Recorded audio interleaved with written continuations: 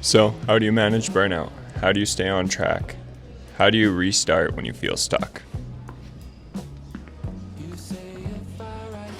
Today, let's go over something real: living in your purpose and chasing your dreams. It's not always fun or easy, but it's not impossible. Recently, Abraham from the YouTube fam, he asked, when you're living in your purpose, how do you stay on track? How do you bounce back? Let's get into that today. So burnout looks different for everyone, so I have to start off and preface this with something personal about me. I have ADHD, so I process things, I act a little bit differently.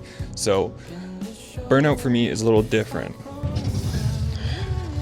Now, one of the biggest parts of this is understanding how our minds work, how our bodies work. And if you're wired a little differently like me, this is really important to understand. Because of that, maybe burnout hits me differently, but this video isn't about me and my ADHD. Let's get into how to carry on from burnout. Today, I want to talk about what I've learned, how to manage these moments. I'm passionate about helping people, and through my experiences, I have learned how to manage a lot of different situations, and I also really enjoy helping other people manage these situations. So let's just talk about how to carry on from creative burnout, how to move forward, how to look at the brighter days at your lowest points. So let's break it down. For me, burnout is short. It usually lasts 2 to 4 hours, or on a bad day, it can take up the full day. I've learned to shift my focus. If I'm feeling defeated, I'll pivot my interest to something else. I'll figure out where I started. This helps me come back with fresh eyes and usually a new mindset, with some clarity for the right time at the right place. For others, burnout, it can be long. It could last days, weeks, months. When you lose focus and feel defeated, it's easy to get overwhelmed and give up.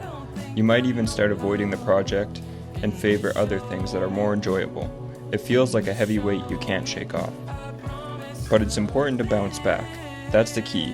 Whether you process things fast or slow, whether you feel overwhelmed or hyperactive, it's important to stay focused. Find the formula. It's the same for us all.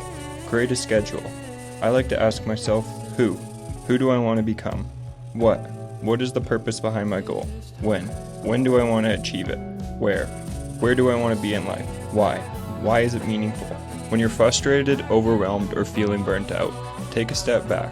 Refocus on who, what, where, when, why. Sometimes you just need a fresh perspective, so don't hesitate to talk to someone or get a second opinion that's outside your perspective. It can be powerful.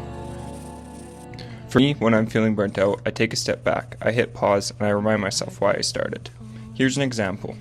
I recently made the tough decision to close my business. That's a whole story in itself.